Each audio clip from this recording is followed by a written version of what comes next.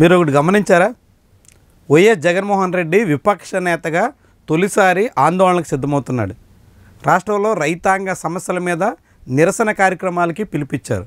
వైఎస్ఆర్సీపీ శ్రేణులంతా అన్ని జిల్లా కేంద్రాల్లో ఆందోళనకి పూనుకోబోతున్నారు. సరిగ్గా అదే సమయంలో ఆ పార్టీ నుంచి ఇద్దరు కీలకమైన నేతలు రాజీనామాలు చేశారు. ఒకరు మాజీ మంత్రి, మరొకరు మాజీ ఎమ్మెల్యే.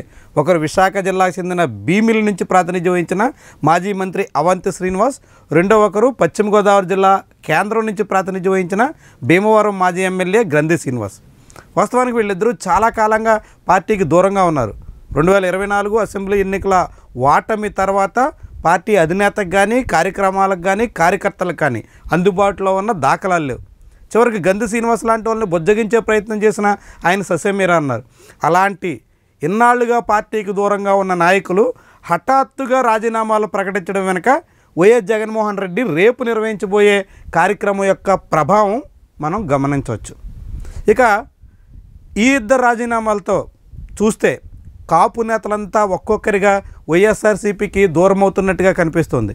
ఇప్పటికే మాజీ ఉప ముఖ్యమంత్రి ఆళ్ల నాని, మాజీ ఎమ్మెల్యేలు కిలారి రోసయ్య, సామినేని ఉదయభాను, ఇప్పుడు గంధి శ్రీనివాస్, తర్వాత అవంతి శ్రీనివాస్ కీలకమైనటువంటి నేతలు.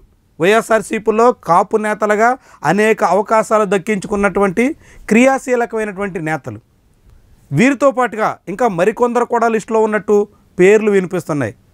ఎమ్మెల్సీ తోట త్రిమూర్తులు సహా అనేక మంది పేర్లు ఈ లిస్టులో ఉన్నాయి. అవకాశాల కోసం ఎదురు చూస్తున్నట్టుగా చెబుతున్నారు. వీళ్ళంతా వైఎస్ జగన్మోహన్ రెడ్డికి దూరం అయితే కాపులు ఆ పార్టీ నుంచి భారీ సంఖ్యలో ఖాళీ చేస్తున్నట్టుగా భావించాల్సి ఉంటుంది. మొన్నటి ఎన్నికల్లో వాస్తవానికి జగన్మోహన్ రెడ్డి కాపులకి చాలా ప్రాధాన్యత ఇచ్చారు. కాపులకి అనేక స్థానాల్లో అవకాశాలు కల్పించారు. గతంలో ఎన్నడూ పోటీ చేయని సీట్లలో కూడా ఈసారి కాపులకు ఛాన్స్ ఇచ్చారు. ఉదాహరణకు అనకాపల్లి లాంటి అసెంబ్లీ నియోజకవర్గంతో పాటుగా గాజువాకలో కూడా 2 చోట్ల కాపులకి ఛాన్స్ ఇచ్చారు. ఇట్లా అనేక అసెంబ్లీ నియోజకవర్గాల్లో కాపులకు అవకాశం ఇచ్చి కూటమితో పోలిస్తే ఎక్కువ స్థానాలు కాపులకు కట్టబెట్టినప్పటికి కూడా జగన్మోహన్ రెడ్డిని కాపులు విశ్వసించలేదు. కాపు ఓట్లు జగన్మోహన్ రెడ్డికి దూరమయ్యాయి. దాని ప్రభావంగానే వైఎస్ఆర్సీపీలో ఉన్న కాపు నేతలంతా ఓటమి చూశారు.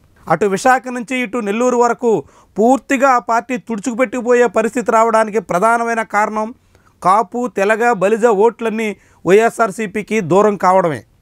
అది పవన్ కళ్యాణ్ ప్రభావం కావచ్చు, వైఎస్ జగన్మోహన్ రెడ్డి మీద వ్యతిరేకత కావచ్చు. కారణం ఏదైనప్పటికీ వైఎస్ఆర్సీపీకి కాపులు పూర్తిగా దూరమైన కారణంగానే ఆ పార్టీ ఘోర పరాభవాన్ని ఎదురుచూసింది.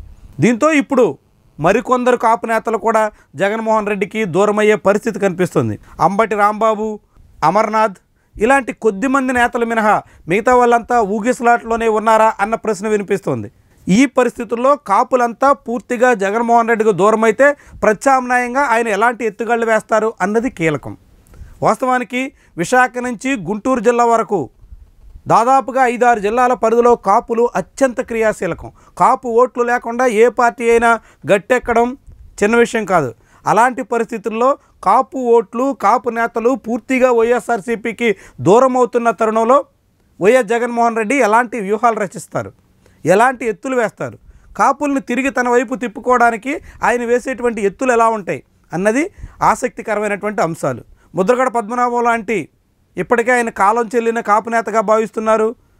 అదేవిధంగా కురసాల కన్నబాబు, దాడిశెట్టి రాజా ఇలాంటి కొద్దిమంది కీలకమైనటువంటి కాపు నేతలు ఉన్నప్పటికీ వారు ఆయా నియోజకవర్గాల మినహా మొత్తం ప్రాంతం అంతా ఓవరాల్గా కాపుల్ని ప్రభావితం చేసే స్థాయిలో కనిపించడం లేదు.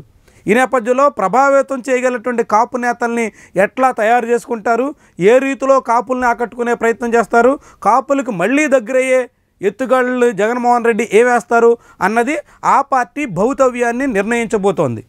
ముఖ్యంగా కోస్తా ప్రాంతంలోని విశాఖ, గుంటూరు మధ్య ఉన్నటువంటి సుమారుగా 80 నియోజకవర్గాల పరిధిలో కాపుల ప్రభావం అత్యధికం. అలాంటి 80 స్థానాలంటే సుమారుగా 50% పైబడినటువంటి నియోజకవర్గాలని ప్రభావితం చేసే కాపు ఓటర్లను ప్రసన్నం చేసుకోవడానికి వైఎస్ఆర్సీపీ అనుసరించే మార్గం అత్యంత కీలకం కాబోతుంది. ఇప్పటికీ కాపుల్లో జనసేనకు అత్యంత ఆదరణ కనిపిస్తుంది. జనసేన నాయకుడి పట్ల కాపుల్లో నమ్మకం ఇంకా కొనసాగుతుంది. అది రాను రాను సన్నగిల్లితే తప్ప జగన్మోహన్ రెడ్డి వైపు కాపులు మొగ్గు చూపే అవకాశం లేదు. పవన్ కళ్యాణ్ చరిష్మా పూర్తిగా తగ్గితే తప్ప కాపులు మరొక ఆల్టర్నేటివ్ నేతని ఆశ్రయించే అవకాశం లేదు. రాజకీయంగా ఇప్పుడు పవన్ కళ్యాణ్ మీద అత్యంత విశ్వాసంతో కాపులు ఉన్న తరుణంలో కాపుల్ని కనీస మొత్తంగానైనా తన వైపు మళ్లించుకోవడానికి జగన్మోహన్ రెడ్డి అనుసరించే వ్యూహం మీద ఆ పార్టీ భవిష్యత్తు ఆధారపడి ఉంటుందనడం నిస్సందేహం. ఈ నేపథ్యంలోనే రాబోయేటువంటి ఎన్నికల నేపథ్యంలో జమిలీ ఎన్నికలని ఇప్పటికే ప్రచారం సాగుతున్నటువంటి తరుణంలో దానికి తగ్గట్టుగా జగన్మోహన్ రెడ్డి కాపుల విషయంలో ఎలాంటి ప్రయత్నాలు చేస్తారన్నది కీలకం కాబోతుంది. ఒక్కొక్కరుగా కాపు నేతలంతా పార్టీకి దూరం అవుతున్న తరుణంలో ప్రత్యామ్నాయంగా కాపు నేతలను ఎలా తయారు చేసుకుంటారు, ఏ రీతిలో కాపులకు అవకాశాలు ఇస్తారు, కాపుల్ని ఎలా చేరువయ్యే రీతిలో వ్యవహారం చేస్తారు అన్నది ఆ పార్టీ యొక్క భవితవ్యాన్ని, భవిష్యత్తుని, రాబోయే ఎన్నికల్లో ఆ పార్టీ పరిస్థితిని నిర్ణయించబోతోంది. ఈ నేపథ్యంలో తాజాగా కొంతమంది నేతలు పార్టీకి దూరం అవుతున్నప్పటికీ సహజంగా ప్రతిపక్షంలో ఉన్నప్పుడు కొంతమంది దూరం కావడం పెద్దగా ఆశ్చర్యపడాల్సిన పని లేదు. అయినప్పటికీ కాపు నేతలే ఒక్కొక్కరుగా దూరం అవుతున్న తరుణంలో ఆ పార్టీ ఆలోచించుకోవాల్సినటువంటి అవసరం కనిపిస్తుంది. కాపు నేతలు పూర్తిగా పార్టీని ఖాళీ చేస్తే ఎదురయ్యేటువంటి పరిస్థితిని గమనించాల్సి ఉంటుంది. లేదంటే ఆ పార్టీ మరింతగా పుట్టుమునిగే ప్రమాదం ఉంటుందనడం నిస్సందేహం. వీడియో నచ్చితే లైక్ చేయండి, కామెంట్ రాయండి, మీ అభిప్రాయాన్ని మాతో పంచుకోండి, ఛానల్ని సబ్స్క్రైబ్ కూడా చేయండి. Thank you very much for watching.